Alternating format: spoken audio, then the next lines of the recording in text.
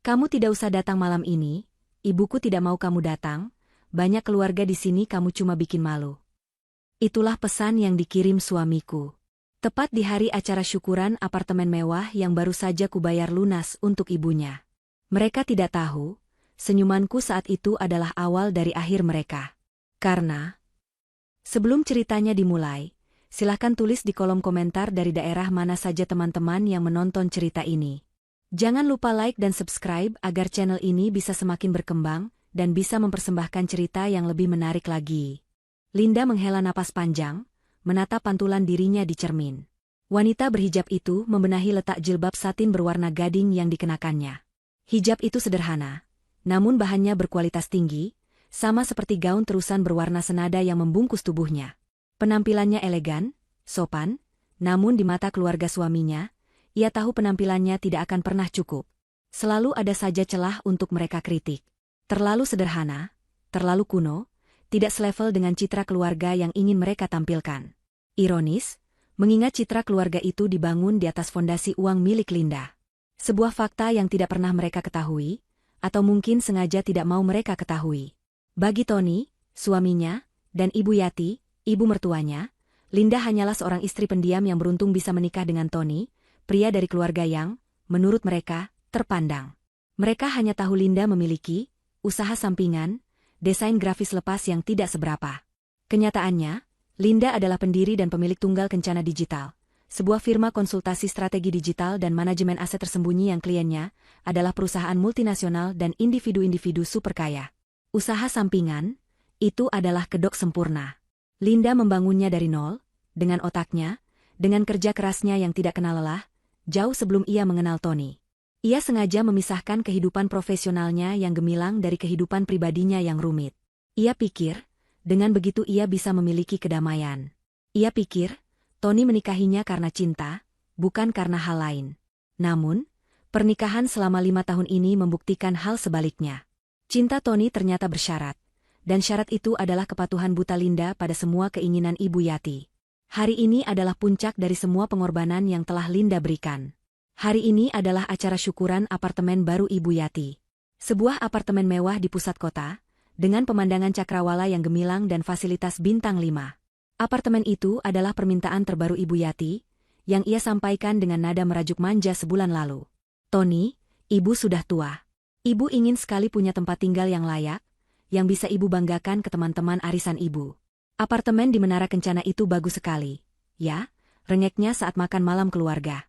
Mata Tony langsung beralih pada Linda, tatapan yang sudah sangat Linda hafal. Tatapan, kamu bisa wujudkan ini kan? Linda, yang lelah dengan drama, hanya mengangguk kecil. Ia tidak ingin berdebat di depan makanan.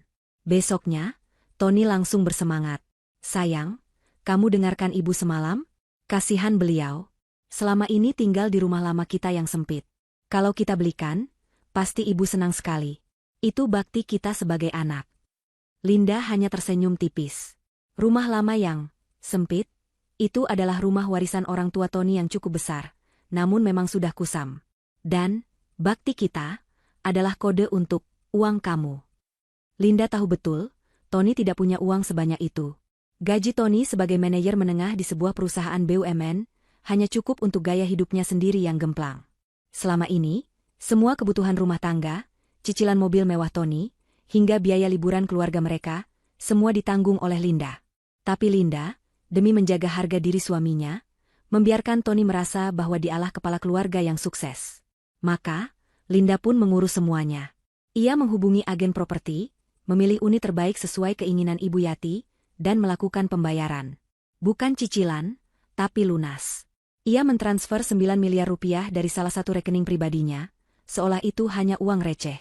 Pihak pengembang mengira Linda adalah asisten pribadi Tony, karena Linda meminta semua dokumen kepemilikan di atas namakan Tony dan Ibu Yati.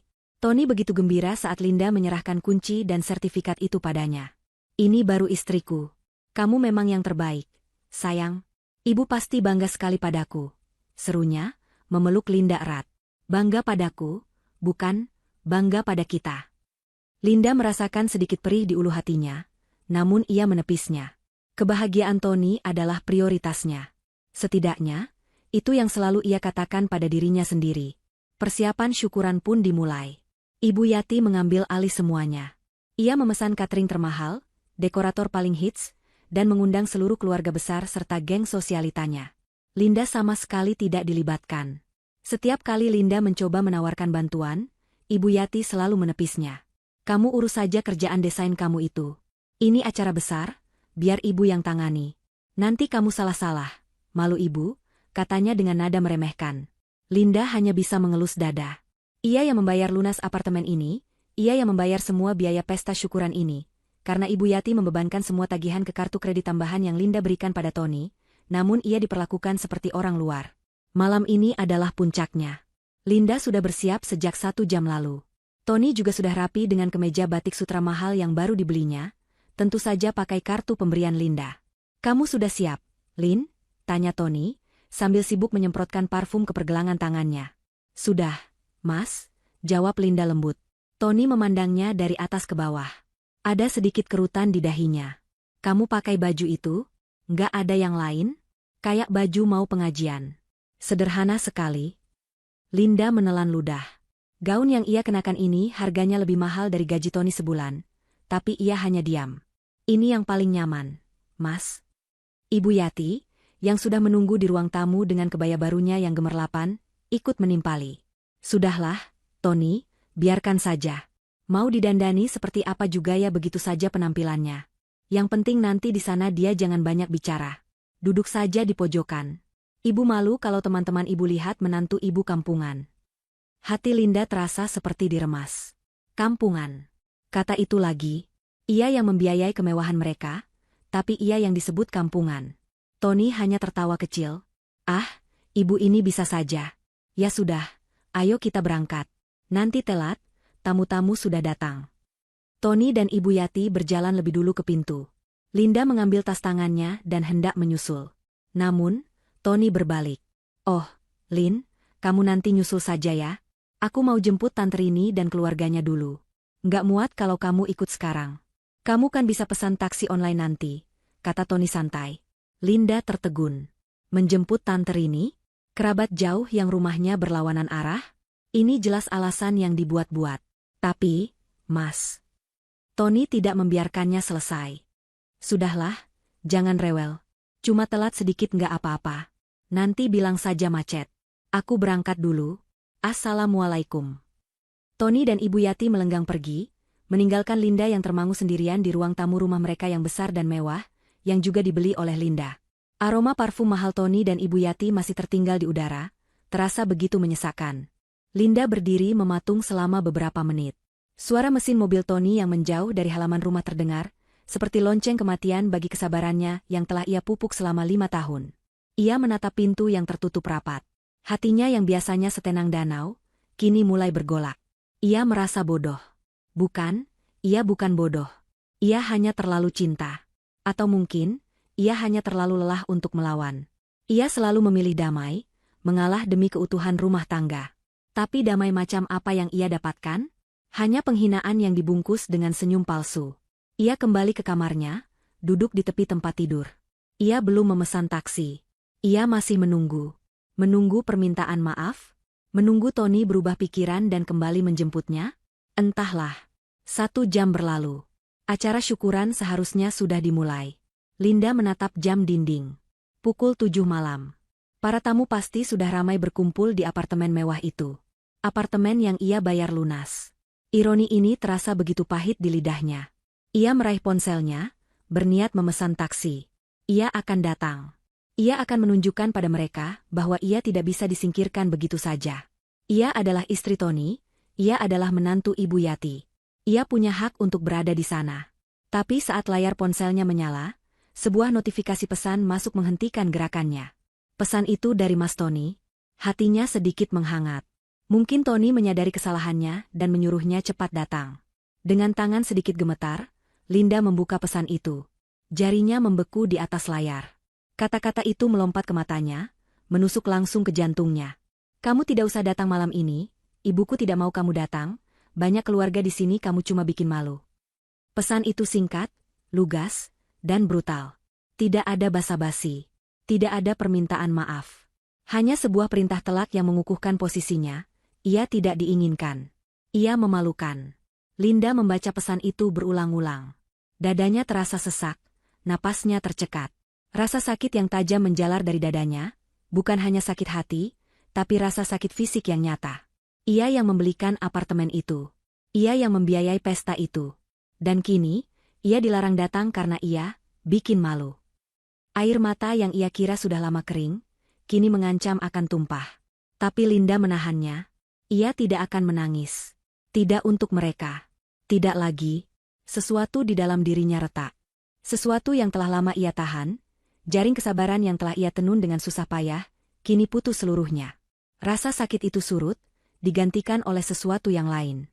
Sesuatu yang dingin, tajam, dan sangat jernih. Kemarahan? Ya. Tapi lebih dari itu, ini adalah kesadaran. Sebuah resolusi. Ia sudah selesai. Benar-benar selesai. Penghinaan ini adalah penghinaan terakhir. Ia tidak akan lagi menjadi keset yang diinjak-injak.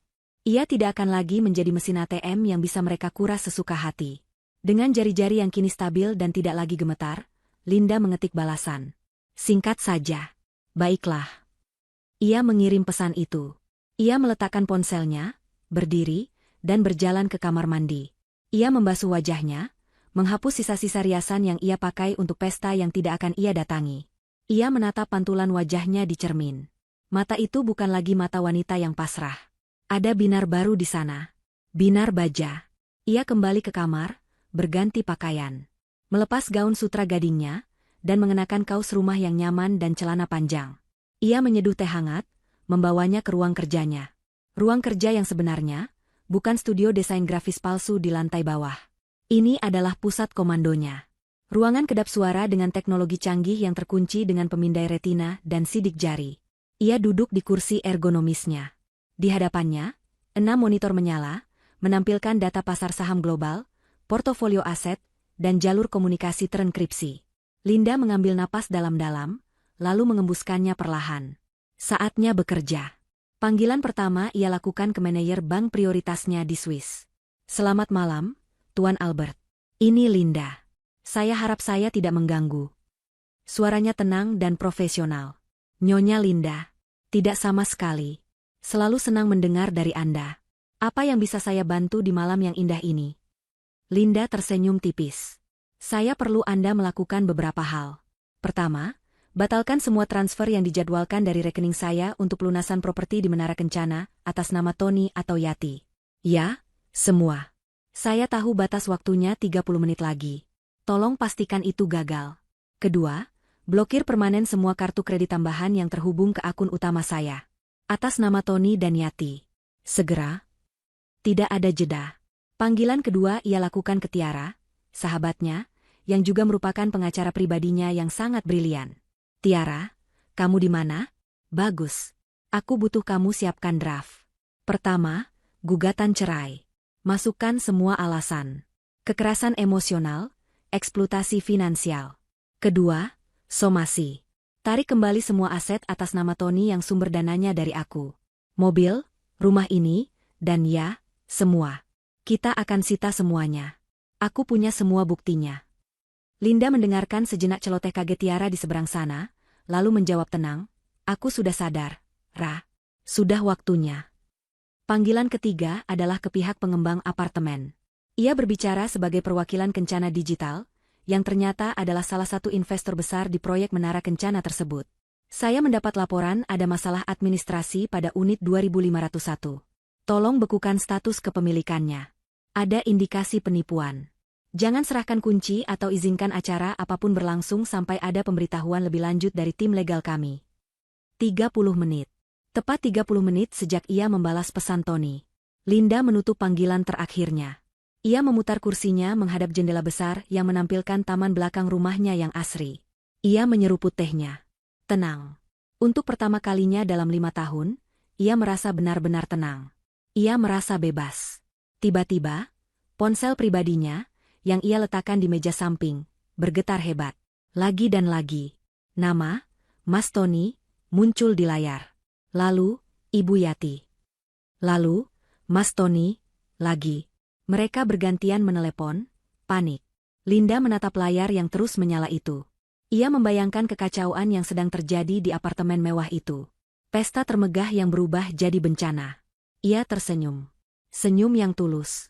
Ia membisukan ponselnya, meletakkannya dengan layar menghadap ke bawah. Ia tidak akan menjawab. Tidak malam ini, mungkin tidak akan pernah lagi. Malam itu, menara kencana bersinar lebih terang dari biasanya.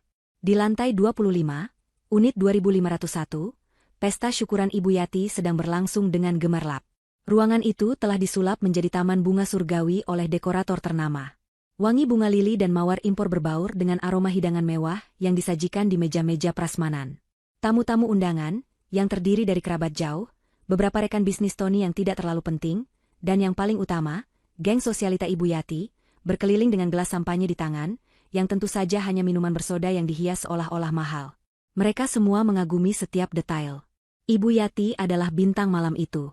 Mengenakan kebaya yang dijahit khusus dengan taburan kristal Swarovski, ia melayang dari satu grup ke grup lain, menebar senyum paling bangga yang pernah ia miliki.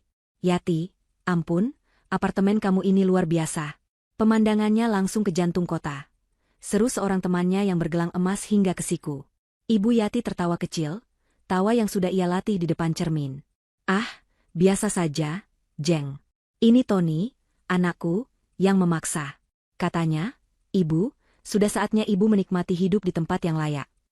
Anak itu terlalu memanjakan ibunya. Ia menepuk-nepuk lengan Tony, yang berdiri di sampingnya dengan dada membusung. Tony tersenyum angkuh, menerima ucapan selamat dari semua orang. Tony memang anak berbakti, Yati. Sukses di usia muda, tampan, dan sayang ibu. Kamu beruntung sekali, puji yang lain. Tentu saja, timpal Ibu Yati, biar bagaimanapun, lihat dulu siapa ibunya. Mereka tertawa bersama. Tidak ada satupun yang menyebut nama Linda. Seolah wanita itu tidak pernah ada. Beberapa kerabat yang tahu Tony sudah menikah, sempat berbisik, istrinya Tony mana, ya? Ibu Yati, yang kebetulan mendengarnya, menjawab dengan nada yang dibuat-buat sedih. Oh, Linda, dia sedang sibuk sekali dengan kerjaan desainnya. Biasalah, mengejar setoran. Ibu sudah bilang, Lin, sudah, kamu santai saja di rumah, Tony lebih dari sanggup membiayai kamu. Tapi anaknya memang pekerja keras. Jadi, ya sudah, ibu bilang, biar ibu dan Tony saja yang urus pestanya. Kasihan, sih, tapi bagaimana lagi? Prioritas, ujarnya, memutarbalikkan fakta dengan begitu sempurna hingga ia sendiri hampir percaya. Para pendengarnya mengangguk-angguk maklum, diwarnai sedikit cibiran untuk menantu yang tidak tahu diri, karena lebih mementingkan pekerjaan daripada acara mertua. Puncak acara semakin dekat. Ibu Yati sudah menyiapkan pidato kecil. Tony juga sudah siap dengan senyum kemenangannya. Saat itulah, manajer catering yang berpakaian rapi mendekati Tony dengan sikap sedikit canggung. Maaf, Pak Tony, mengganggu sebentar. Tony menoleh, sedikit terganggu karena obrolannya dengan seorang sepupu sedang seru. Ya, ada apa? Tanyanya, sedikit ketus. Maaf, Pak. Sesuai kesepakatan, sisa pembayaran catering harus dilunasi 30 menit sebelum acara selesai. Ini tagihan akhirnya, Pak, kata manajer itu sambil menyodorkan sebuah tablet. Tony melirik angka di layar. Ratusan juta. Ia tersenyum meremehkan. Oh, ini? Saya kira ada apa. Dengan gerakan yang sengaja dibuat pamer, ia menarik dompet kulit buayanya dan mengeluarkan kartu kredit berwarna hitam metalik. Ini, pakai ini. Saldonya tidak terbatas. Katanya dengan suara cukup keras, membuat beberapa orang di dekatnya menoleh. Manajer itu mengangguk, mengambil kartu, dan pergi ke mesin edisi portabel di sudut ruangan. Beberapa saat kemudian, ia kembali. Wajahnya terlihat lebih canggung. Pak Tony, mohon maaf sekali. Kartunya ditolak. Senyum Tony membeku. Ditolak? Tidak mungkin. Kamu salah gesek mungkin. Coba lagi. Manajer itu mengangguk. Baik, Pak. Ia mencoba lagi. Hasilnya sama. Masih ditolak.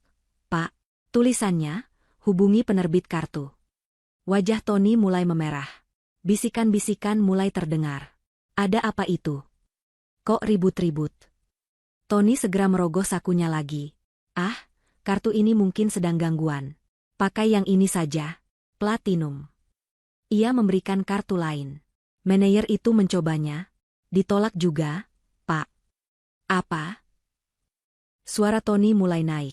Ibu Yati, yang menyadari ada keributan di pusat perhatiannya, segera menghampiri. Ada apa ini, Tony? Bayar catering saja kok lama sekali? Tanyanya, nadanya mulai kesal. Tidak tahu, Bu. Kartunya error semua. Padahal baru kemarin Mas pakai belanja. Gerutu Tony, lupa bahwa dia yang belanja, tapi Linda yang bayar tagihannya. Ibu Yati memutar bola matanya, merasa kesal karena drama ini merusak pestanya. Sudah, pakai kartu ibu saja. Ribet sekali. Ia membuka tas tangannya yang mungil dan menyerahkan kartunya sendiri, kartu tambahan yang juga diberikan Linda. Ini, Mas. Gesek yang ini, pasti bisa. Manajer catering itu, kini tampak pucat, menerima kartu itu. Ia menggeseknya dan menatap layar mesin edisi dengan nanar. Maaf, Bu Yati. Yang ini juga ditolak. Keterangannya, kartu diblokir. Keheningan seketika melanda ruangan. Musik yang mengalun pelan seolah berhenti. Bisikan-bisikan kini berubah menjadi gumaman yang lebih jelas. Ditolak? 3 kartu ditolak. Jangan-jangan. Wajah Ibu Yati pucat pasi. Tidak mungkin. Kamu pasti bohong. Mesin kamu yang rusak, teriaknya. Manajer catering itu mundur selangkah, ketakutan. Mesin saya tidak rusak, Bu. Ini. Ada apa ini ribut-ribut? Sebuah suara tenang namun berwibawa memotong ketegangan. Pak Haris, perwakilan dari pihak pengembang Menara Kencana, melangkah maju.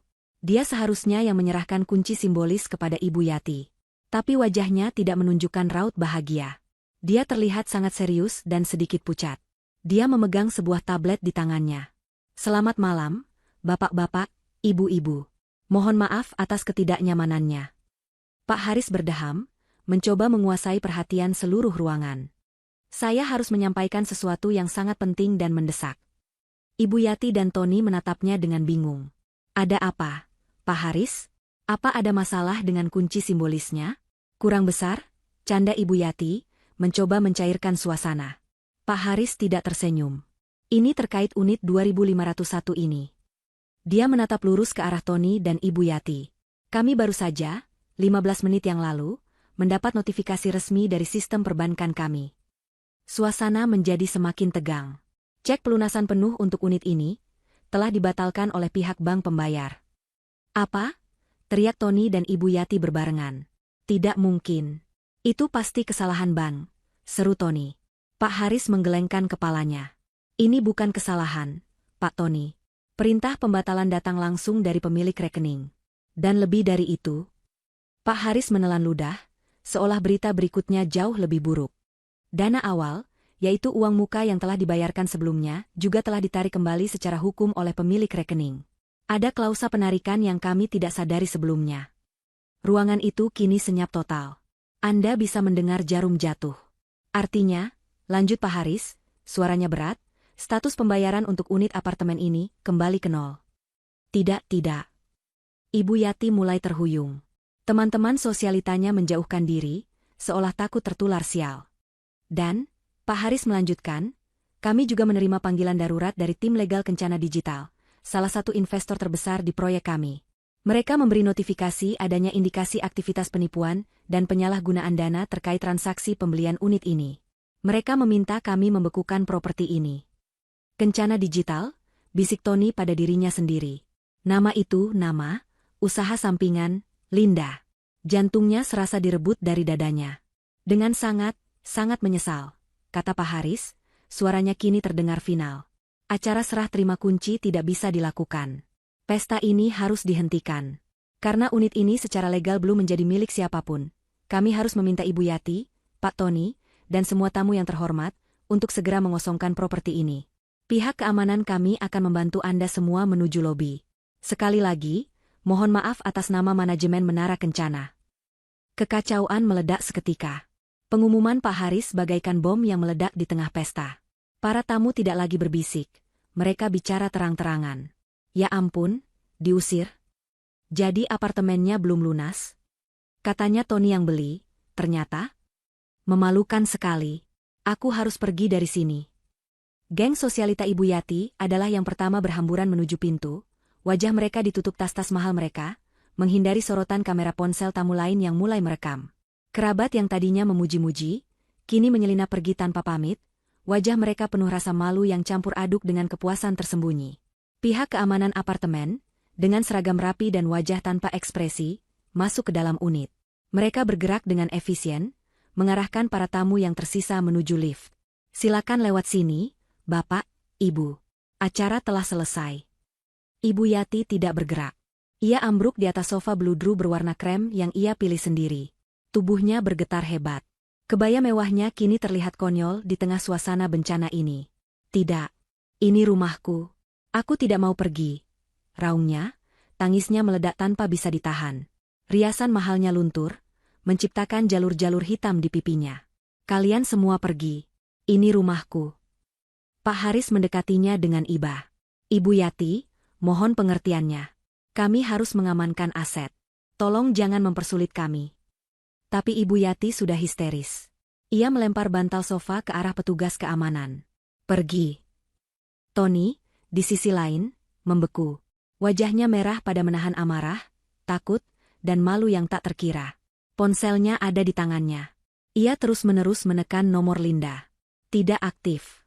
Sialan. Beraninya dia mematikan teleponnya, teriaknya frustrasi. Ia sadar semua mata memandangnya. Pandangan mereka tidak lagi kagum. Kini hanya ada cemooh dan rasa jijik.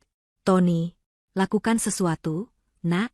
Bilang pada mereka ini kesalahan, jerit Ibu Yati. Tony tersentak. Ia harus keluar dari sini. Sekarang juga. Dengan kasar ia menarik lengan ibunya. Ayo, Bu, berdiri.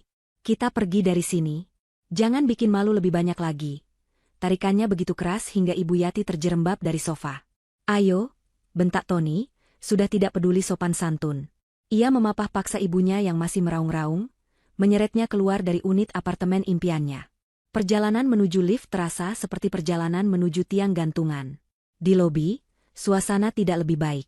Sisa-sisa makanan pesta tergeletak mengenaskan. Para staf catering menatap mereka dengan iba, yang entah kenapa terasa lebih menghina daripada tatapan marah. Para tamu undangan lain sudah kabur, tidak ingin terlihat bersama, penipu, yang gagal bayar. Tony melemparkan tiket valetnya ke petugas. Ia tidak sabar menunggu. Saat sedan mewahnya tiba, ia mendorong ibunya masuk ke kursi penumpang dan ia sendiri melompat ke belakang kemudi. Ia menginjak pedal gas dalam-dalam, membuat ban mobil berdecit di lobi, meninggalkan menara kencana yang kini terasa seperti monumen kegagalannya. Sepanjang perjalanan, mobil dipenuhi raungan Ibu Yati. Hancur. Hidup ibu hancur. Tony, gara-gara perempuan sialan itu. Linda, dia sudah merencanakan ini. Dia sengaja mempermalukan kita di depan semua orang. Kamu harus ceraikan dia. Ceraikan dia sekarang juga. Teriaknya sambil memukul-mukul dashboard. Tapi Tony tidak mendengarkan. Otaknya berputar 1000 km per jam. Kartu diblokir. Apartemen ditarik. Pelunasan dibatalkan. Kencana digital. Nama itu terus terngiang. Usaha sampingan. Desain grafis. Kebohongan. Semua itu bohong. Kemarahan Tony mulai bercampur dengan sesuatu yang lain, sesuatu yang lebih dingin, ketakutan. Jika Linda bisa melakukan ini pada apartemen, bagaimana dengan yang lain? Rumah yang mereka tinggali? Mobil yang ia kendarai? Hidupnya? Seluruh hidupnya dibiayai oleh Linda. Ia membenci kenyataan itu, tapi kini kenyataan itu menamparnya begitu keras hingga ia sulit bernapas. Dia harus bayar untuk ini, desis Tony, lebih pada dirinya sendiri. Dia tidak bisa lari begitu saja. Ia memacu mobilnya, melanggar beberapa lampu merah. Ia harus segera sampai di rumah. Ia harus berhadapan dengan Linda. Ia akan memakinya, ia akan menuntut penjelasan, ia akan memaksanya mengembalikan semuanya. Ia tiba di depan gerbang rumah mewah mereka. Gerbang itu tertutup. Ia menekan tombol remote di mobilnya. Tidak ada respons. Ia menekannya lagi. Tetap diam. Sialan. Gerbangnya juga dimatikan. Ia turun dari mobil, menggedor-gedor gerbang besi itu. Satpam. Buka gerbangnya. Tapi tidak ada yang menjawab. Pos satpam gelap. Tony panik. Dengan sisa tenaganya, ia memanjat gerbang tinggi itu. Ia tidak peduli kemeja sutranya robek atau tangannya tergores. Ibu Yati hanya bisa melongo dari dalam mobil, terlalu kaget melihat putranya yang nekat. Tony berhasil melompat masuk. Ia berlari ke pintu depan. Ia menempelkan ibu jarinya ke pemindai sidik jari. Gagal. Akses ditolak. Linda, teriaknya murka. Ia mencoba memasukkan kode manual. Kode salah. Bajingan. Ia berlari ke sisi rumah, ke arah pintu dapur. Terkunci. Putus asa, Tony mengambil pot terakota besar di teras dan melemparkannya ke jendela kaca di samping pintu utama. Kaca itu pecah berkeping-keping, memicu suara alarm yang memekakkan telinga. Tony tidak peduli. Ia merogoh ke dalam, membuka kunci dari dalam, dan mendobrak masuk. Linda, di mana kamu? Hah? Keluar kamu. Suaranya menggema di rumah yang gelap dan sunyi. Rumah itu terasa aneh. Hampa. Tidak ada jawaban atas teriakannya, hanya gema suaranya sendiri dan raungan alarm. Ibu Yati kini sudah berhasil masuk, tertatih-tatih melalui pecahan kaca. Tony, rumahnya kosong. Bisik Ibu Yati, ketakutan. Tony berlari menaiki tangga menuju kamar utama mereka. Linda, berhenti main petak umpet. Ia menendang pintu kamar hingga terbuka. Kosong. Lampu tidur menyala redup, tapi tempat tidurnya rapi, seolah tidak ada yang tidur di sana. Jantung Tony berdebar kencang. Ia bergegas ke ruang ganti. Sisi lemari miliknya masih penuh dengan setelan jas, kemeja bermerek, dan koleksi sepatu mahalnya. Ia beralih ke sisi Linda. Dan napasnya tercekat.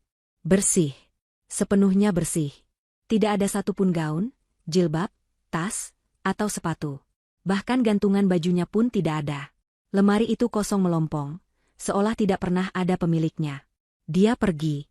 Dia benar-benar pergi. Dia sudah merencanakan ini semua. Ibu Yati, yang menyusulnya, ternganga melihat lemari yang kosong. Dia kabur? Dia membawa semua barangnya? Desisnya, tidak percaya. Tony tidak menjawab. Matanya liar memindai ruangan. Ada sesuatu di atas meja rias Linda yang juga sudah bersih dari semua kosmetik mahal. Tony mendekat. Di atas permukaan kaca yang dingin, tergeletak 3 benda. Pertama, kunci mobil sedan mewah yang sedang ia pakai. Kedua, sebuah kotak perhiasan beludru hitam. Tangannya gemetar saat membukanya. Di dalamnya, hanya ada satu benda. Cincin kawin emas putih yang ia berikan pada Linda saat pernikahan mereka. Cincin yang juga dibeli dengan uang Linda. Benda ketiga adalah secari kertas catatan kecil yang dilipat rapi. Jantung Tony serasa berhenti berdetak saat ia membukanya. Tulisannya adalah tulisan tangan Linda yang rapi dan elegan. Semua yang kamu pakai dan nikmati adalah milikku. Rumah ini, mobil itu, bahkan kemeja di badanmu. Sekarang, aku mengambilnya kembali. Selamat menikmati sisa hidupmu. Jangan cari aku. Tepat saat Tony meremas kertas itu hingga hancur di telapak tangannya, ponselnya berdering. Nomor tidak dikenal. Ia mengangkatnya dengan kasar, suaranya parau. Siapa ini? Selamat malam, Pak Tony. Suara di seberang terdengar tenang, feminin, dan profesional. Saya Tiara, dari firma hukum Kencana. Saya menelepon hanya untuk mengonfirmasi bahwa surat somasi penagihan utang perusahaan dan gugatan cerai atas nama klien saya, Linda, akan diantarkan ke alamat Anda besok pagi pukul 8. Mohon diterima. Selamat malam. Klik. Panggilan ditutup. Tony menatap ponselnya dengan nanar. Tiara. Kencana. Gugatan cerai. Somasi. Kencana digital. Semuanya terhubung. Linda bukan hanya usaha sampingan. Dia adalah Kencana. Dan Tony baru saja menyadari, ia telah membangunkan seekor naga yang sedang tidur. Telepon itu mati. Sun. Suara Tiara yang tenang dan profesional itu lebih menakutkan daripada teriakan manapun. Tony menatap ponsel di tangannya seolah-olah itu adalah seekor ular berbisa. Di seberangnya, Ibu Yati masih terduduk di lantai, di antara pecahan kaca jendela yang dilempar Tony. Raungan alarm yang tadi memekakan telinga mendadak berhenti, seolah akan diperintahkan oleh tangan tak terlihat. Kesunyian yang menggantikannya terasa 1000 kali lebih menindas. Rumah besar itu kini terasa seperti kuburan yang gelap dan asing. Gugatan cerai. Somasi. Kencana. Tiara. Linda. Nama-nama itu berputar di kepala Tony, membentuk sebuah teka-teki mengerikan yang jawabannya tidak ingin ia terima. Apa? Apa katanya? Tony? Telepon dari siapa? Tanya Ibu Yati, suaranya parau bercampur isak tangis dan ketakutan. Ia merangkak mendekati putranya, berpegangan pada kaki celana Tony seolah mencari perlindungan. Tony tidak menjawab. Matanya terpaku pada kertas yang ia remas di tangannya. Selamat menikmati sisa hidupmu. Sebuah ancaman yang dibungkus ucapan selamat. Tony, jawab ibu. Apa yang terjadi? Desak Ibu Yati lagi, mengguncang-guncang kaki putranya. Tony akhirnya bergerak. Tapi bukan untuk menenangkan ibunya. Ia mendorong tangan Ibu Yati dengan kasar. Diam, Bu. Diam. Aku sedang berpikir. Bentaknya, suaranya bergetar karena campuran amarah dan kepanikan murni. Ia tidak pernah sepanik ini seumur hidupnya. Ia adalah pria yang selalu mendapatkan apa yang ia inginkan, selalu dilayani, selalu merasa superior. Kini, fondasi superioritasnya itu retak dan hancur berkeping-keping. Dengan tangan gemetar, ia membuka ponselnya lagi. Bukan untuk menelepon Linda, ia tahu itu sia-sia. Ia membuka mesin pencari. Jari-jarinya mengetik dengan kaku, KNCANADIGTAL. Selama ini, ia tidak pernah peduli. Ia mengira itu hanya nama palsu yang Linda ciptakan agar terlihat sibuk. Usaha sampingan, desain grafis, klien rewel. Tony selalu menertawakan istilah-istilah itu dalam hatinya. Ia pikir Linda hanya bermain-main, menghasilkan beberapa juta di sana-sini, cukup untuk membeli lipstik tanpa meminta uangnya. Oh, betapa bodohnya dia. Layar ponsel menyala, menampilkan hasil pencarian. Situs pertama yang muncul adalah situs resmi perusahaan. Tampilannya sangat profesional, minimalis, dengan warna dominan biru tua dan emas. Bukan seperti portofolio desainer grafis lepas. Ini adalah situs korporat kelas atas. Slogannya, mengelola aset digital Anda, mengamankan masa depan Anda. Jantung Tony berdebar lebih kencang. Ia mengklik tautan berita. Judul-judul artikel dari media bisnis terkemuka bermunculan. Forbes Asia, Kencana Digital, Raksasa Investasi Teknologi, Siluman, dari Asia Tenggara. Bloomberg, Kemitraan strategis Kencana Digital dengan raksasa teknologi Silicon Valley bernilai miliaran dolar. Analisis pasar, bagaimana Kencana Digital diam-diam menguasai aset kripto dan startup AI. Tony membaca dengan mata terbelalak. Ini bukan usaha sampingan. Ini adalah sebuah kerajaan. Sebuah firma investasi swasta yang sangat tertutup, sangat misterius, dan sangat kaya. Mereka mengelola dana triliunan, berinvestasi di teknologi masa depan, dan memiliki kantor di Singapura, Zurich, dan Jakarta. Tidak mungkin. Bisik Tony. Ia mencari bagian, tentang kami, atau, manajemen. Tapi tidak ada. Sesuai julukannya, firma siluman, mereka tidak memajang foto dewan direksi. Tapi Tony tidak menyerah. Ia mengetik lagi, pendiri Kencana Digital. Artikel lain muncul. Sebuah wawancara langka dengan majalah ekonomi eksklusif. Di sana tertulis, dipimpin oleh seorang pendiri visioner yang terkenal sangat menjaga privasinya, yang hanya dikenal dengan inisial LK, Linda Kencana, Kencana Digital telah mengubah. Ada satu foto buram yang menyertai artikel itu. Foto seorang wanita berhijab sedang menerima sebuah plakat penghargaan di sebuah acara privat di Dubai. Foto itu diambil dari jarak jauh, tapi Tony akan mengenali siluet itu di mana saja. Postur tubuh yang ia remehkan. Gaya hijab sederhana yang ia cemooh. Itu Linda. Ponsel itu jatuh dari tangannya yang lemas, tergeletak di lantai marmer yang dingin. Tony, ada apa? Bisik Ibu Yati, melihat wajah putranya yang pucat seperti mayat.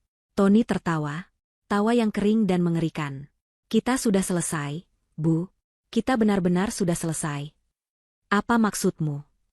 Dia, Linda. Tony menelan ludah, rasa pahit memenuhi mulutnya. Dia bukan desainer grafis. Dia adalah Kencana Digital. Dia pemiliknya. Ibu Yati ternganga. Pemilik? Pemilik apa? Usaha desain itu? Bukan, Bu, teriak Tony frustrasi. Pemilik perusahaan besar. Perusahaan triliunan. Dia yang selama ini membiayai kita. Semuanya. Apartemen itu, rumah ini, mobil, liburan kita, semua uangnya. Dan sekarang dia mengambil semuanya kembali. Keheningan yang terjadi setelah pengakuan itu lebih buruk daripada raungan alarm. Ibu Yati memproses informasi itu. Wajahnya berubah dari bingung, menjadi tidak percaya, lalu menjadi murka. Jadi, kita selama ini hidup dari uang perempuan kampung itu? Desisnya, kebenciannya lebih kuat daripada rasa takutnya. Perempuan penipu. Dia membohongi kita. Dia sengaja membuat kita terlihat bodoh. Kurang ajar. Dia pikir dia siapa? Dia tetap menantu, aku mertuanya. Dia tidak bisa melakukan ini. Tony menatap ibunya dengan pandangan kosong. Dia bisa, Bu. Dan dia sudah melakukannya. Tepat saat itu, suara sirene terdengar dari kejauhan. Bukan sirene alarm rumah, tapi sirene mobil polisi. Semakin lama semakin dekat. Lalu berhenti, tepat di depan rumah mereka. Tak lama kemudian, lampu sorot biru dan merah berputar, menembus jendela kaca yang pecah, membanjiri ruang tamu yang gelap dengan cahaya yang menakutkan. Gedebuk langkah kaki terdengar di luar, diikuti gedoran keras di pintu utama. Polisi, buka pintunya. Suara itu tegas dan berwibawa. Tony dan Ibu Yati saling pandang dengan ngeri. Polisi? Kenapa ada polisi? Bisik Ibu Yati, tubuhnya gemetar hebat. Tony tersadar. Jendela yang ia pecahkan. Alarm yang berbunyi. Ini pasti dari perusahaan keamanan. Mereka pikir ada perampok. Tony bangkit, berjalan tertatih ke arah pintu, melangkahi pecahan kaca. Jangan tembak. Saya pemilik rumah ini, teriaknya. Buka pintunya, Pak, perlahan. Tony membuka kunci pintu yang tadi ia dobrak. 2 orang petugas polisi berseragam lengkap berdiri di teras. Di belakang mereka ada 2 petugas keamanan swasta dari perusahaan Kencana Secure, divisi keamanan milik Linda yang ia tidak tahu ada. Saya Tony. Ini rumah saya, kata Tony, mencoba terdengar tenang. Salah satu petugas keamanan maju. Nama Anda ada di daftar, Pak. Tapi sebagai pihak yang tidak diizinkan masuk.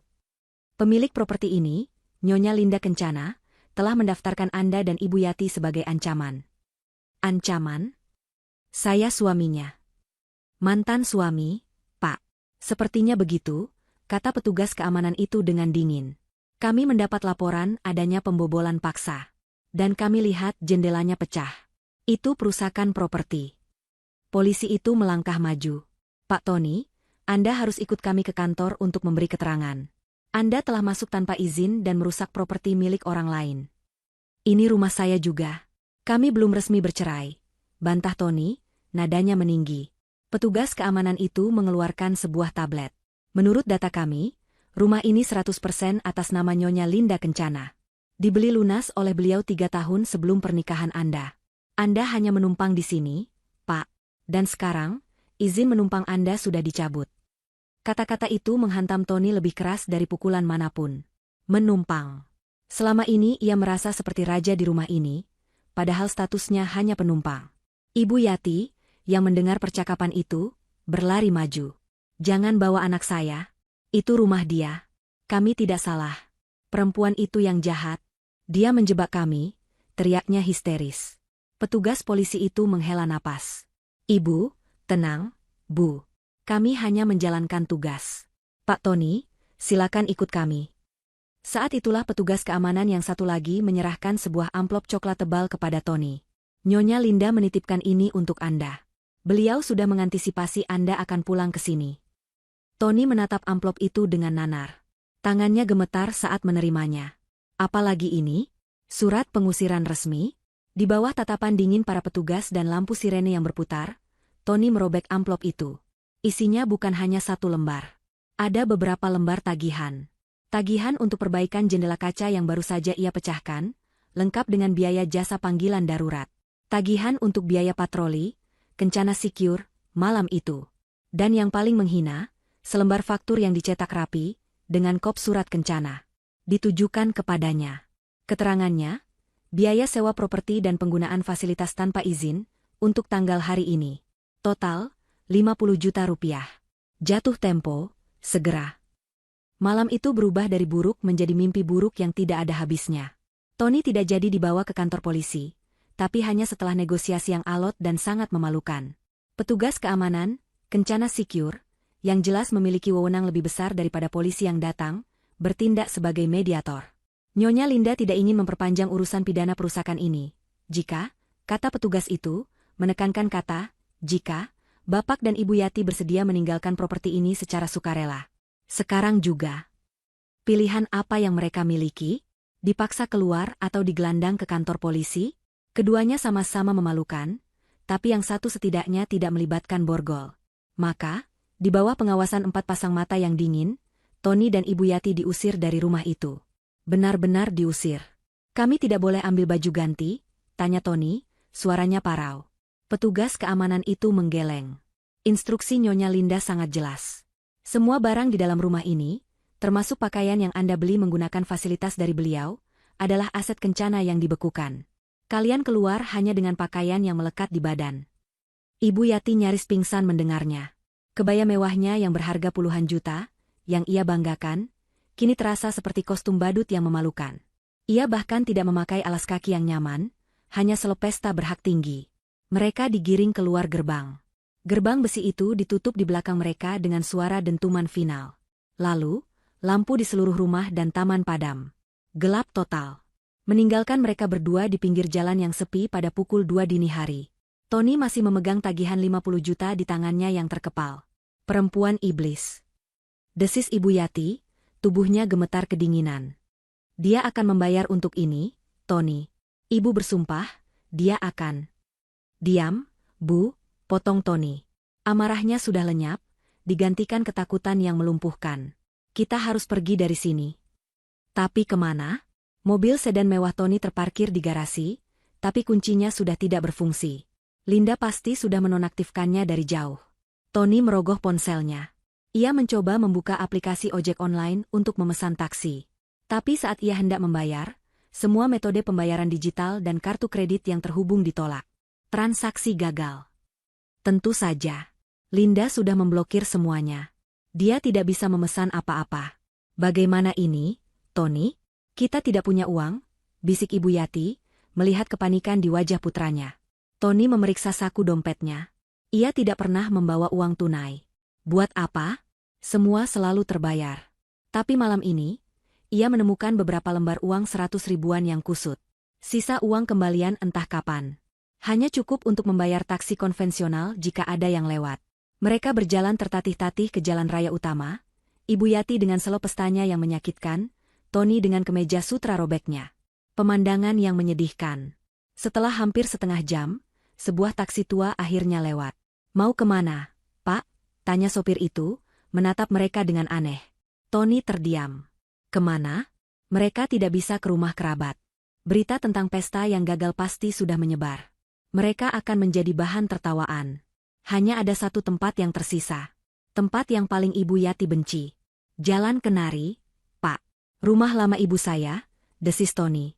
Perjalanan itu sunyi. Ibu Yati menangis diam-diam di jok belakang. Tony menatap kosong keluar jendela, melihat kota yang dulu ia kuasai kini terasa begitu asing. Mereka tiba di depan rumah peninggalan orang tua Tony. Rumah yang sempit dan kusam, menurut Ibu Yati. Rumah itu gelap gulita, catnya mengelupas, dan tamannya tak terurus. Ibu Yati sudah memerintahkan listrik dan air diputus permanen sebulan lalu, berpikir ia tidak akan pernah kembali. Tony membayar taksi dengan sisa uang tunainya. Terima kasih, Pak. Sopir itu pergi, meninggalkan mereka dalam kegelapan. Tony harus mendobrak pintu rumahnya sendiri untuk kedua kalinya malam itu. Bagian dalamnya pengap, berdebu, dan bau apek. Tidak ada listrik, tidak ada air. Ya Tuhan, Tony, kita akan tinggal di sini? Tanpa listrik? Isak Ibu Yati, rasa ngeri memenuhi suaranya. Tony tidak menjawab. Ia menjatuhkan diri di sofa tua yang berdebu. Ia lelah. Sangat lelah. Malam itu mereka tidur dalam kondisi yang lebih buruk dari gelandangan. Ibu Yati di sofa, masih dengan kebaya pestanya. Tony di lantai, menggunakan lengannya sebagai bantal. Keesokan paginya adalah neraka yang baru. Sinar matahari yang menembus jendela kotor membangunkan mereka. Ponsel mereka berdua bergetar tanpa henti. Baterainya hampir habis. Tapi getaran itu bukan dari Linda. Itu dari grup WhatsApp keluarga besar.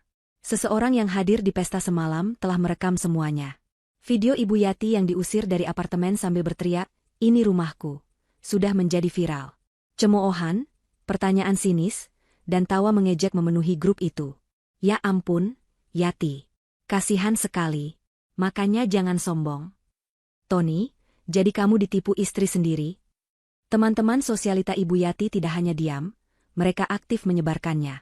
Ibu Yati melempar ponselnya ke dinding hingga hancur berkeping-keping. Cukup. Cukup.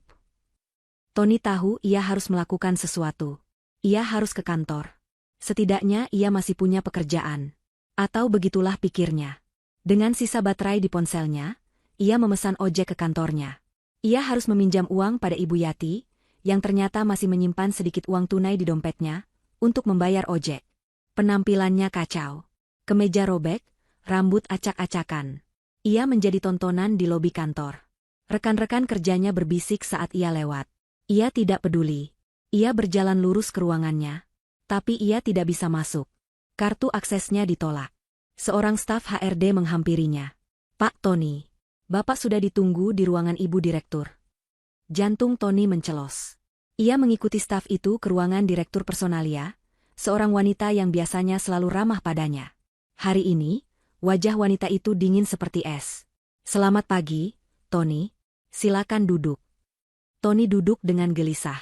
"Ada apa, Bu? Kartu akses saya tidak berfungsi." "Saya tahu," kata Ibu Direktur itu. "Saya yang menonaktifkannya."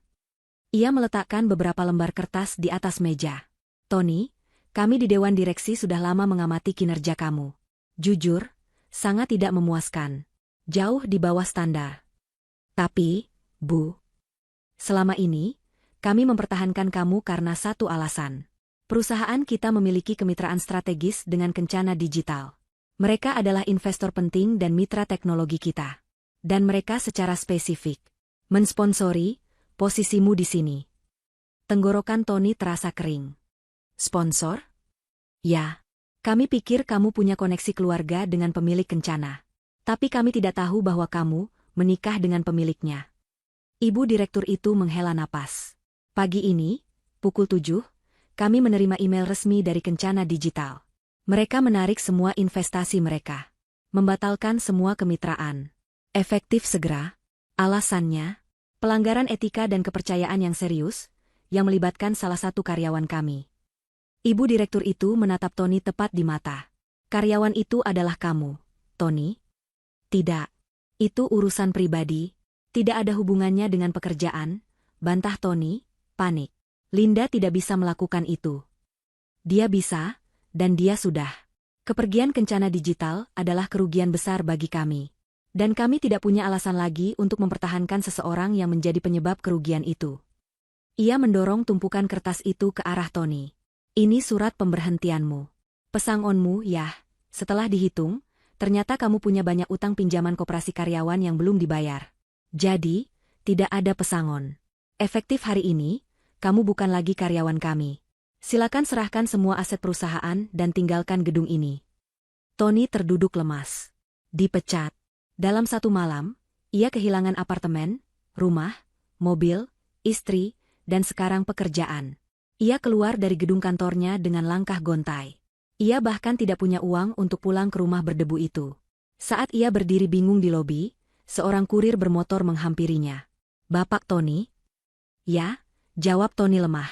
Kurir itu menyerahkan amplop coklat besar. Amplop yang sama dengan yang ia lihat di ponsel Tiara semalam. Kali ini, dokumen fisik. Di dalamnya, ada surat gugatan cerai. Dan di belakangnya, surat somasi resmi. Tuntutan pengembalian dana perusahaan Kencana Digital sebesar 10 miliar rupiah, yang ditransfer ke rekening pribadi Tony selama 5 tahun, uang yang Tony anggap sebagai uang jajan dari Linda.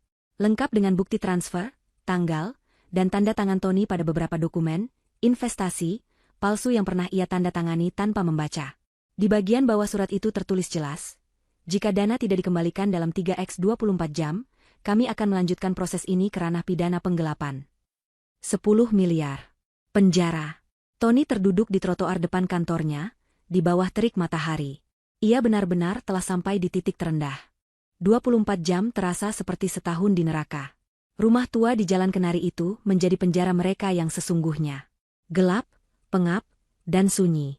Listrik dan air masih terputus, memaksa mereka hidup seperti di zaman batu. Ponsel Tony dan Ibu Yati sudah lama mati kehabisan daya, memutus mereka total dari dunia luar, sekaligus memutus mereka dari sumber hinaan di grup keluarga. Tapi kesunyian itu justru memperparah keadaan. Tidak ada televisi untuk mengalihkan pikiran, tidak ada lampu untuk mengusir bayangan. Hanya ada mereka berdua, dengan pakaian pesta yang sama yang kini kotor dan lepek, duduk dalam kegelapan berdebu, ditemani aroma tidak sedap dari kamar mandi yang tidak bisa disiram. Lapar adalah masalah berikutnya. Mereka tidak punya uang tunai sepeser pun lagi. Tony, pria yang biasa makan di restoran bintang 5, harus menelan harga dirinya bulat-bulat dan mengetuk pintu tetangga. Ia kembali dengan 2 bungkus mie instan mentah dan air galon isi ulang yang ia dapatkan dari belas kasihan seorang tetangga tua yang dulu sering dicemooh Ibu Yati. Mereka mengunyah mie kering itu dalam diam, suara kunyahan mereka terdengar memilukan di tengah keheningan rumah. Ibu Yati tidak lagi menangis histeris. Air matanya sudah kering. Yang tersisa hanyalah tatapan kosong dan gumaman yang diulang-ulang, "Ini mimpi, ini pasti mimpi, nanti kita bangun." Tapi Tony tahu ini bukan mimpi. Surat somasi 10 miliar itu tergeletak di lantai, kertasnya yang tebal terasa berat seperti batu nisan. 3x24 jam. Waktu terus berjalan. Ia harus melakukan sesuatu. Penjara. Kata itu terus terngiang di telinganya. Ia akan membusuk di penjara. Ia, Tony, yang tampan, yang sukses, yang dipuja-puji, akan memakai baju tahanan. Rasa takut yang dingin menjalari tulang punggungnya, lebih dingin daripada lantai berdebu yang ia tiduri. Ia tidak punya pilihan. Ia tidak bisa menyewa pengacara. Ia tidak punya teman yang bisa ia mintai tolong. Semua, temannya hanya ada saat ia punya uang. Hanya ada satu jalan. Satu-satunya jalan yang paling ia benci. Ia harus memohon pada Linda. Dengan sisa tenaga, Tony berjalan ke rumah tetangga tadi. "Bu, boleh saya pinjam telepon sebentar? Atau, pinjam colokan listrik untuk mengisi daya ponsel saya? Penting sekali, Bu. Menyangkut hidup dan mati." Sang tetangga, yang iba, mengizinkannya mengisi daya ponselnya di teras rumahnya. Setelah 30 menit, ponsel Tony hidup. Ia melihat puluhan panggilan tak terjawab dan pesan. Tapi ia tidak peduli. Ia mencari satu nomor di dalam surat somasi itu. Nomor kantor, firma hukum Kencana. Ia menekan nomor itu dengan jari gemetar. "Selamat pagi, firma hukum Kencana. Dengan resepsionis, ada yang bisa saya bantu?" Saya Tony. Saya perlu bicara dengan Tiara." "Apakah Anda sudah punya janji?" "Tidak, tapi ini mendesak." Bilang padanya ini dari Tony. "Suami maksud saya, terkait Nyonya Linda Kencana." Ia disuruh menunggu. Musik klasik yang mengalun di telepon terdengar seperti ejekan. Akhirnya, suara yang ia kenal terdengar. "Tony." "Bukan, Pak Tony." Hanya Tony. Datar dan dingin. Itu suara Tiara. "Tiara, Ra tolong." Tony tidak bisa menahan nada putus asa dalam suaranya. "Ini semua salah paham. 10 miliar itu uang yang Linda berikan padaku. Hadiah, bukan penggelapan." "Itu yang akan Anda jelaskan di pengadilan nanti, Pak Tony," jawab Tiara, nadanya profesional tanpa celah. "Tim audit kami memiliki semua buktinya. Anda menandatangani setiap dokumen pengalihan dana yang menyamar sebagai proposal investasi. Itu penipuan korporat yang sangat jelas." "Tidak. Tiara, tolong. Aku mohon, izinkan aku bicara dengan Linda. Sekali saja. Aku akan jelaskan semuanya. Aku akan minta maaf. Aku akan melakukan apa saja. Jangan penjarakan aku, Ra, aku mohon." Tony terisak. Pria angkuh itu kini menangis di teras rumah orang. Memohon pada wanita yang dulu tidak pernah ia anggap. Tiara diam sejenak. Tony bisa mendengar suara ketukan keyboard. "Nyonya Linda sebenarnya tidak berminat bertemu Anda. Beliau sudah menyerahkan ini sepenuhnya pada tim legal. Tapi..." Tiara berhenti. Beliau bilang, beliau bersedia menyediakan 1 slot waktu. Bukan untuk negosiasi, tapi untuk mendengarkan proposal pembayaran utang dari Anda. Jika Anda tidak punya proposal yang masuk akal, kami akan langsung mendaftarkan gugatan pidana besok pagi. Proposal pembayaran utang? Tony tidak punya uang sepeser pun. Ya, proposal. Aku punya. Kapan? Di mana? Besok. Pukul 10 pagi. Di kantor pusat Kencana Tower. Lantai 40. Jangan terlambat 1 menit pun. Dan satu lagi, tambah Tiara, tolong berpakaian yang sopan. Ini gedung profesional. Klik. Telepon ditutup. Pakaian sopan. Tony melihat kemeja sutranya yang robek dan kotor. Ia dan ibunya hanya punya pakaian yang melekat di badan. Malam itu, mereka terpaksa melakukan hal yang lebih memalukan. Ibu Yati, dengan air mata berlinang, mencuci kebaya pestanya dan kemeja Tony di kamar mandi yang gelap menggunakan sisa air galon dan sabun cuci piring yang tertinggal di dapur. Mereka menjemurnya di dalam rumah, berharap kering pada pagi hari. Keesokan paginya, mereka adalah pemandangan yang menyedihkan. Tony dan Ibu Yati, mengenakan pakaian pesta yang kusut, setengah basah, dan bau apek, berdiri di halte bus. Mereka harus naik angkutan umum, berdesakan dengan orang-orang yang berangkat kerja. Ibu Yati, yang biasa diantar dengan sedan mewah, kini harus menahan mual karena asap dan guncangan bus kota. Mereka menjadi bahan tontonan. "Lihat, Bu. Kayak orang mau ke kondangan tapi salah jadwal," bisik seorang penumpang. Ibu Yati hanya bisa menunduk, menahan tangis. Mereka tiba di Kencana Tower 5 menit sebelum jam 10. Gedung itu menjulang ke langit, terbuat dari kaca dan baja, lambang kemewahan dan kekuasaan yang absolut. Lobi utamanya lebih besar dari ballroom hotel. Puluhan orang berseliweran, semuanya berpakaian rapi, sibuk, dan terlihat penting. Tony dan Ibu Yati melangkah masuk, merasa seperti dua ekor tikus got yang tersesat di istana. Semua mata memandang mereka. Tatapan mereka penuh tanda tanya dan sedikit jijik. Kami punya janji dengan Nyonya Linda Kencana." Atas nama Tony, bisik Tony pada resepsionis yang cantik dan tampak sempurna. Resepsionis itu memeriksa tabletnya.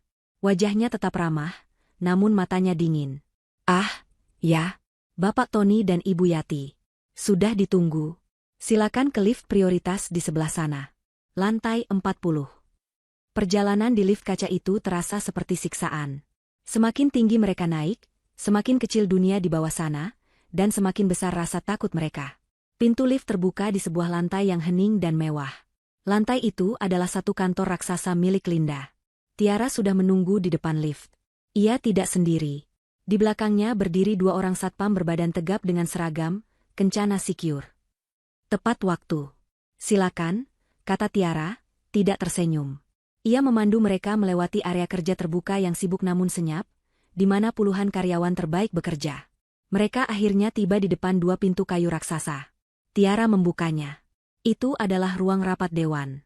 Sebuah ruangan masif dengan meja kayu panjang yang bisa menampung 30 orang, dan satu dinding penuh terbuat dari kaca yang menyajikan pemandangan seluruh kota Jakarta. Udaranya dingin, dan di ujung meja, di kursi utama yang paling besar, duduklah Linda. Dia bukan Linda yang mereka kenal. Dia mengenakan blazer hitam yang dijahit sempurna, di bawahnya kemeja putih bersih, dan hijab berwarna abu-abu arang yang tersemat rapi. Wajahnya dirias tipis, profesional. Di depannya ada laptop dan beberapa tumpuk dokumen. Dia tidak sendirian. Di sebelah kirinya adalah Tiara. Di sebelah kanannya, dua orang pria parubaya berwajah serius dengan setelan mahal, jelas tim pengacara atau direktur keuangannya. Linda sedang berbicara pelan dengan salah satu pria itu saat mereka masuk. Dia bahkan tidak menoleh. Seolah Tony dan Ibu Yati hanyalah pelayan yang mengantar kopi. Perasaan diremehkan itu begitu kuat. Lebih kuat daripada saat diusir dari apartemen. Dulu Linda diremehkan karena dianggap kampungan. Sekarang, Tony dan Ibu Yati diremehkan karena mereka tidak selevel. Mereka tidak penting. "Silakan duduk," kata Tiara, menunjuk dua kursi di ujung meja yang paling jauh dari Linda. Ibu Yati tidak tahan lagi. Skenario yang ia siapkan, skenario memaki-maki, lenyap seketika. Yang ada hanya keputusasaan. Ia berlari ke depan, mengabaikan Tiara dan satpam. Ia menjatuhkan diri di lantai di samping kursi Linda, mencoba meraih tangan mantan menantunya itu. "Linda, Nak, sayang, Ibu di sini. Maafkan Ibu, Nak, Ibu mohon. Ibu salah. Ibu hilaf." Isak tangisnya pecah memenuhi ruangan mewah itu. "Tolong, Lin, jangan penjarakan Tony. Dia anak Ibu satu-satunya. Hukum Ibu saja, ambil Ibu saja, tapi bebaskan Tony. Ibu mohon, Nak." Tony terpaku di tempatnya. Ibunya, wanita paling angkuh yang ia kenal, kini bersujud di kaki wanita yang dulu setiap hari ia hina. Pemandangan itu begitu surreal, begitu mengerikan. Linda akhirnya berhenti bicara dengan direkturnya. Ia menoleh, bukan pada Tony, tapi ke bawah, ke arah Ibu Yati yang menangis di kakinya. Wajahnya tanpa ekspresi. Dingin. Matanya menatap Ibu Yati seolah ia sedang melihat serangga aneh. Lalu, ia mengangkat kepalanya dan menatap Tiara. "Tiara," katanya, suaranya tenang dan jelas, membelah keheningan. "Tolong panggilkan satpam. Minta mereka siapkan kursi tambahan untuk Ibu Yati. Lantai marmer ini dingin sekali, nanti beliau masuk angin. Kita di sini bukan untuk nonton drama keluarga. Kita di sini untuk bicara bisnis." Perkataan Linda bagaikan seember air es yang disiramkan ke wajah Ibu Yati. Dua petugas keamanan yang tadi berjaga di luar segera masuk. Dengan sopan namun tegas, mereka mengangkat tubuh Ibu Yati yang lemas karena tangis dan hina, lalu mendudukannya di kursi di sebelah Tony. Jauh di ujung meja, Ibu Yati hanya bisa terisak pelan, seluruh kesombongannya luntur tak bersisa. Linda mengabaikan mereka berdua. Ia kembali fokus pada laptopnya selama beberapa saat. Baik, katanya akhirnya, menutup laptopnya. 15 menit. Itu waktu yang saya sediakan untuk kalian. Setelah ini saya ada rapat dengan investor dari Tokyo. Tony menelan ludah. Tenggorokannya kering. Linda aku. Nyonya Linda, potong Tiara dengan tajam. Di ruangan ini, Anda memanggil beliau Nyonya Linda Kencana. Tony tersentak.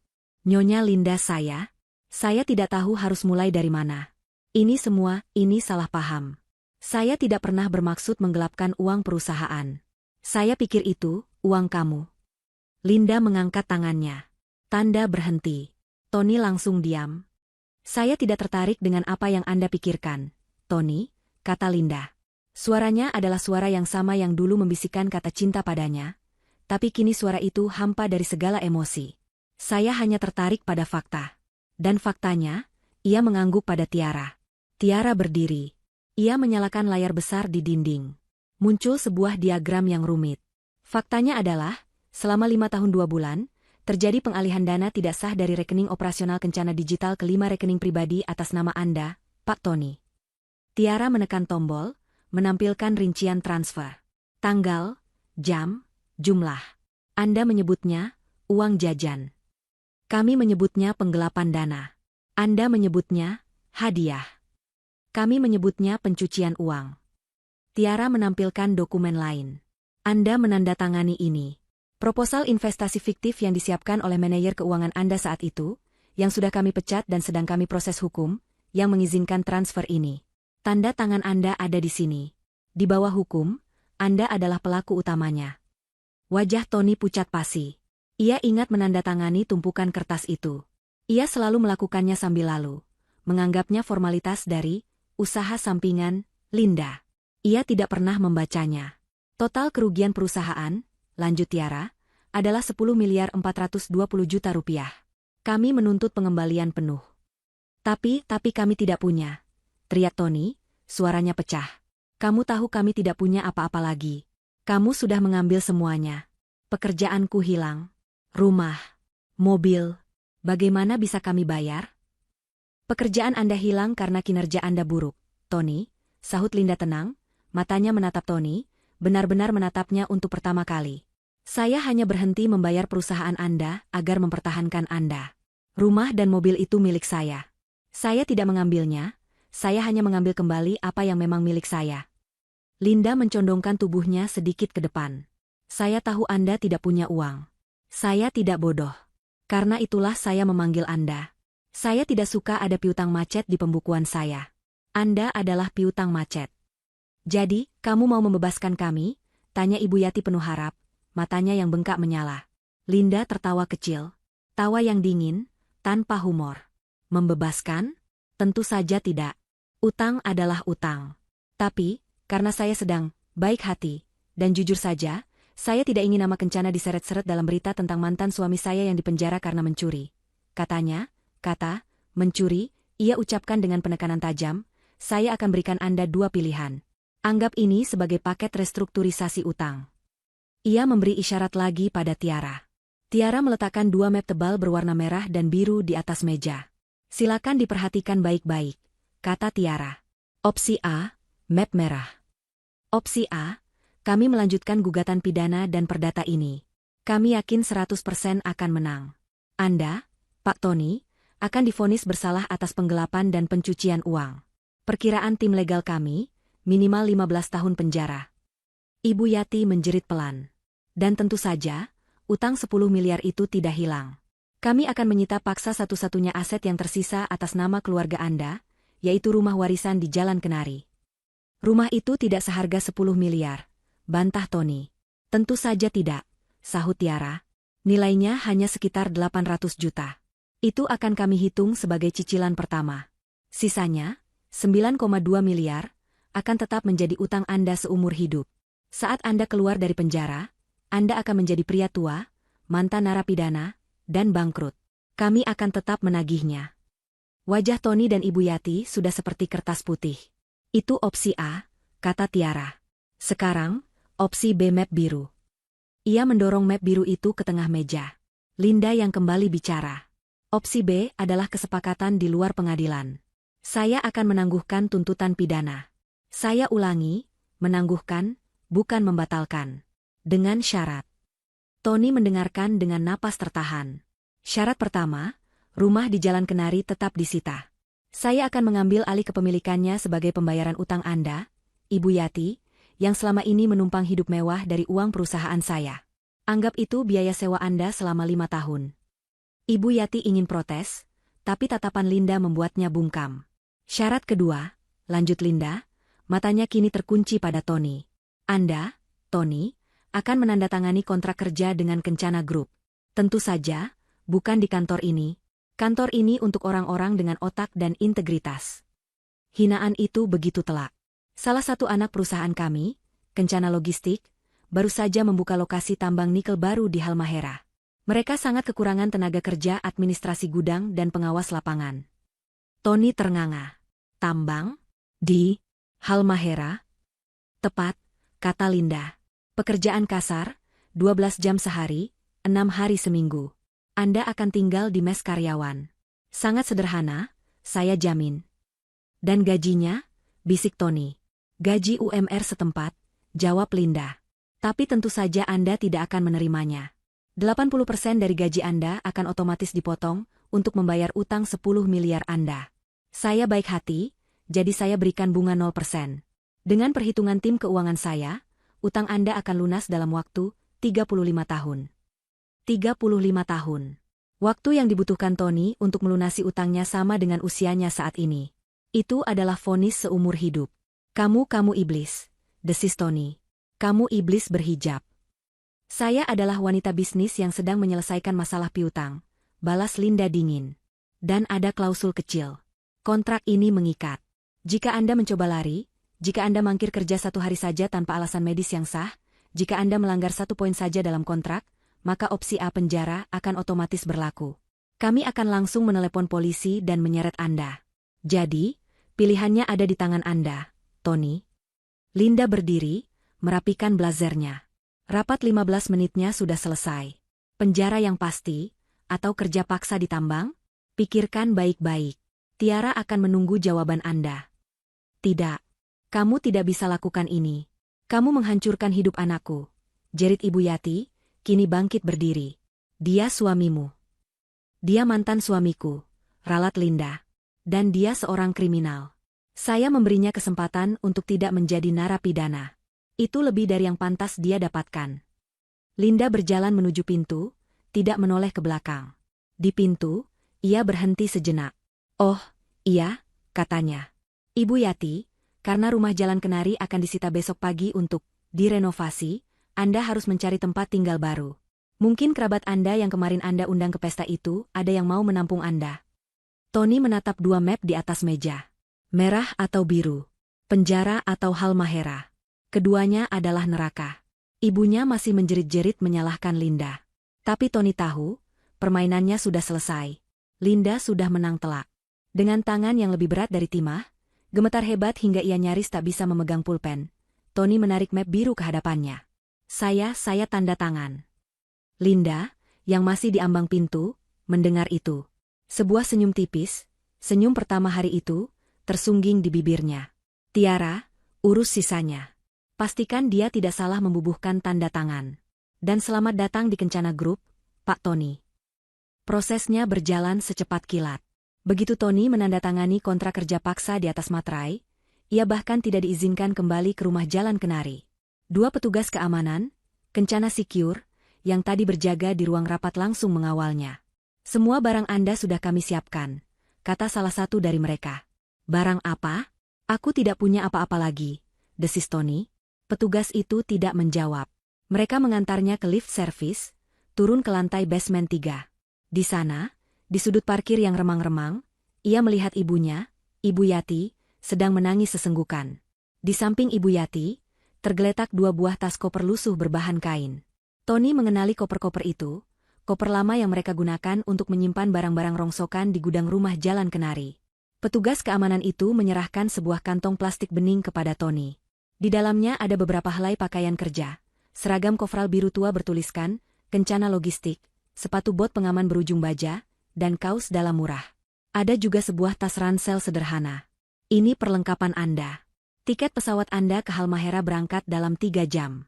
Ini tiketnya. Satu arah. Anda akan diantar oleh tim kami ke bandara. Tony menatap tiket di tangannya. Namanya tertera di sana. Kelas ekonomi paling murah. Ibu saya bagaimana?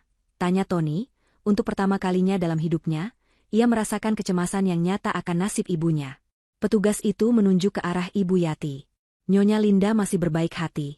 Itu, katanya, menunjuk koper lusuh, adalah pakaian-pakaian lama Ibu Yati yang tersimpan di gudang. Tim kami sudah mengambilkannya. Di dalam salah satu saku tas, ada uang tunai 3 juta rupiah. Cukup untuk biaya hidup 1 bulan jika beliau hemat. Ibu Yati mendongak, matanya merah dan bengkak. 3 juta rupiah. Dulu, uang sebanyak itu hanya cukup untuk sekali ia makan siang bersama geng sosialitanya. Sekarang, itu adalah harta satu-satunya. Kalian mengusirku ke jalanan, bisik Ibu Yati. Tim kami akan mengantar Anda ke panti sosial terdekat yang dikelola oleh yayasan. Jawab petugas itu datar. Atau, jika Anda punya kerabat yang mau menampung, kami bisa mengantar Anda ke sana. Silakan pilih. Ibu Yati gemetar hebat. Panti sosial? Tempat penampungan gelandangan? Tidak. Harga dirinya tidak akan sanggup. Ia teringat nama. Bawa aku ke rumah Wulan. Adikku. Di Tanjung Priok. Ia menyebut nama adiknya yang paling ia benci, adik yang paling sering ia hina karena hidupnya miskin dan hanya berjualan kue basah di pasar. Tapi hanya Wulan satu-satunya kerabat yang ia punya di Jakarta. Baik, kata petugas itu, mencatat alamatnya. Perpisahan itu berlangsung cepat dan dingin. Ibu Yati ditarik masuk ke mobil operasional standar, sementara Tony didorong ke mobil lain yang menuju bandara. Saat mobil mereka berpisah arah di basement yang pengap, Tony melihat wajah ibunya di jendela belakang. Wajah tua yang penuh ketakutan dan kebencian. Itulah terakhir kalinya ia melihat ibunya sebagai wanita yang ia kenal. Perjalanan ke Halmahera adalah neraka. Setelah bertahun-tahun hanya terbang di kelas bisnis, Tony kini harus berdesakan di kursi sempit selama berjam-jam, diapit oleh penumpang lain yang berbau keringat. Ia tiba di sebuah bandara kecil dan langsung dijemput oleh truk operasional tambang. Perjalanan darat selama 4 jam berikutnya melewati jalanan tanah berbatu yang mengguncang isi perutnya. Ia akhirnya tiba di lokasi tambang. Tempat itu jauh dari kata peradaban. Hanya ada debu merah, panas yang menyengat, dan deru mesin-mesin raksasa yang tidak pernah berhenti. Ia dilempar ke mes karyawan. Sebuah ruangan petak sempit berukuran 3 kali 4 meter, yang harus ia bagi dengan 3 orang pekerja tambang lainnya. Baunya adalah campuran keringat, minyak, dan tembakau. Tidak ada pendingin ruangan, hanya kipas angin kecil yang berputar lesu, menyebarkan udara panas. Hari pertamanya bekerja adalah keesokan harinya, pukul 5 pagi. Pekerjaannya, administrasi gudang. Kedengarannya mudah, tapi itu adalah pekerjaan fisik yang brutal. Ia harus mencatat, mengangkat, dan menyortir suku cadang mesin yang berat dan berlumur oli. Mandornya adalah pria lokal berwajah keras yang tidak peduli siapa dia sebelumnya. Di sini jangan manja. Kamu kira kamu siapa? Kerja yang benar atau tidak usah makan. Bentak mandor itu di hari pertama Tony, saat ia bekerja terlalu lamban. Pak Tony, yang dulu dihormati kini lenyap. Di sini ia hanya Tony, si pekerja baru yang lamban dan lemah. Ia harus antre untuk makan. Makanannya adalah nasi keras, sayur rebus, dan sepotong ikan asin. Ia harus antre untuk mandi, menggunakan air dingin yang keruh. Ia tidur dalam kelelahan yang luar biasa, hanya untuk bangun beberapa jam kemudian dan mengulang siklus yang sama. Sementara itu, di Jakarta, Ibu Yati tiba di gang sempit di Tanjung Priok. Rumah adiknya, Wulan, adalah rumah petak kecil yang berhimpitan. Wulan ternganga melihat kakaknya muncul di depan pintu dengan koper lusuh, masih mengenakan kebaya pesta yang kotor. Mbak Yati? Astaga, ada apa ini? Ibu Yati menelan ludah. Boleh aku menumpang di sini sebentar. Wul? Aku sedang ada masalah. Awalnya, Wulan menerimanya dengan iba. Tapi iba itu cepat luntur. Ibu Yati tidak berubah. Ia masih sombong, menolak membantu pekerjaan rumah, dan terus-menerus mengeluh. Rumahmu ini bau ikan asin. Wul, tidak bisakah kamu beli pengharum ruangan? Air minumnya aneh. Kenapa tidak beli air mineral galon? Wulan, yang sudah lelah dengan kemiskinan, akhirnya meledak setelah seminggu. Mbak Yati, Mbak itu di sini numpang. Mbak pikir Mbak siapa? Ratu? Mbak tidak lihat aku ini banting tulang dari subuh sampai malam bikin kue? Kalau Mbak mau tinggal di sini, Mbak harus kerja. Bantu aku. Kalau tidak mau, pintu keluar ada di sana. Ibu Yati terkejut. Dihina oleh adiknya sendiri. Tapi ia tidak punya pilihan. Uang 3 juta pemberian Linda sudah ia pakai untuk membeli beberapa baju ganti murah. Ia tidak punya apa-apa lagi. Maka, Ibu Yati, wanita sosialita yang dulu memakai berlian, kini harus bangun pukul 3 pagi. Tangannya yang dulu halus kini harus berlumuran tepung dan adonan, membantu Wulan membuat kue basah. Ia harus ikut ke pasar, duduk di lapak becek, meneriakkan dagangan. Kue, Bu. Kue. Murah.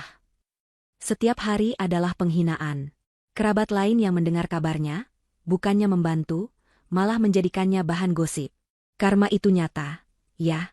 Dulu sombongnya selangit, sekarang jadi tukang kue di pasar. Ibu Yati hancur. Ia kehilangan segalanya. Putranya, hartanya, dan yang paling penting, harga dirinya. 1 tahun berlalu.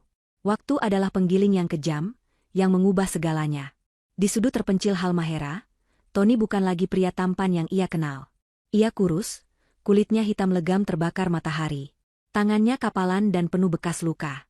Ia sudah tidak lagi mengeluh, ia sudah mati rasa. Ia bekerja seperti robot. Bangun, kerja, makan, tidur. Ia sudah dipromosikan. Bukan karena pintar, tapi karena ia satu-satunya yang bertahan lama. Ia kini menjadi pengawas lapangan, yang artinya ia harus berdiri di bawah terik matahari 12 jam sehari, memastikan para sopir truk mengangkut nikel dengan benar. Gajinya naik, tapi potongannya tetap 80%. Ia tidak akan pernah lunas. Ia tahu itu. Ia adalah budak modern dengan kontrak legal. Ia mendengar kabar tentang ibunya hanya sekali. 6 bulan lalu, ia berhasil meminjam ponsel satpam untuk menelepon Wulan. Yang ia dengar adalah kabar ibunya sudah tidak di sana. Mbak Yati kabur dari rumahku, kata Wulan. Dia mencuri sedikit uang daganganku dan pergi. Tidak tahu kemana. Jangan cari dia lagi, Tony. Dia hanya bikin susah. Tony tidak pernah tahu lagi kabar ibunya. Suatu malam, di warung kecil dekat mes, para pekerja berkumpul menonton televisi butut. Mereka sedang menyiarkan acara penghargaan bergengsi, tokoh wanita inspiratif tahun ini. Tony, yang sedang menyeruput kopi pahit, tidak peduli. Ia hanya ingin istirahat. Tapi kemudian, sebuah nama disebut. Dan penghargaan utama untuk kategori filantropi teknologi, jatuh kepada Nyonya Linda Kencana dari Kencana Digital. Jantung Tony serasa berhenti berdetak. Kamera menyorot ke panggung. Di sanalah Linda. Ia berjalan anggun, mengenakan gaun malam muslimah yang sangat indah, hijabnya berkilau lembut di bawah lampu sorot. Ia terlihat bersinar. Lebih muda, lebih cantik, dan penuh wibawa. Para pekerja di warung itu bersiul. Wah, cantik sekali. Sudah kaya, berhijab, baik hati pula. Bos besar kita itu, kan? Yang punya tambang ini? Linda berdiri di podium. Senyumnya tulus, matanya memancarkan kepercayaan diri. Terima kasih. Suaranya yang lembut menggema di seluruh ruangan, dan juga di warung kecil di Halmahera. Saya percaya, teknologi dan kekayaan hanyalah alat. Alat untuk menciptakan keadilan. Alat untuk mengambil kembali apa yang menjadi hak kita.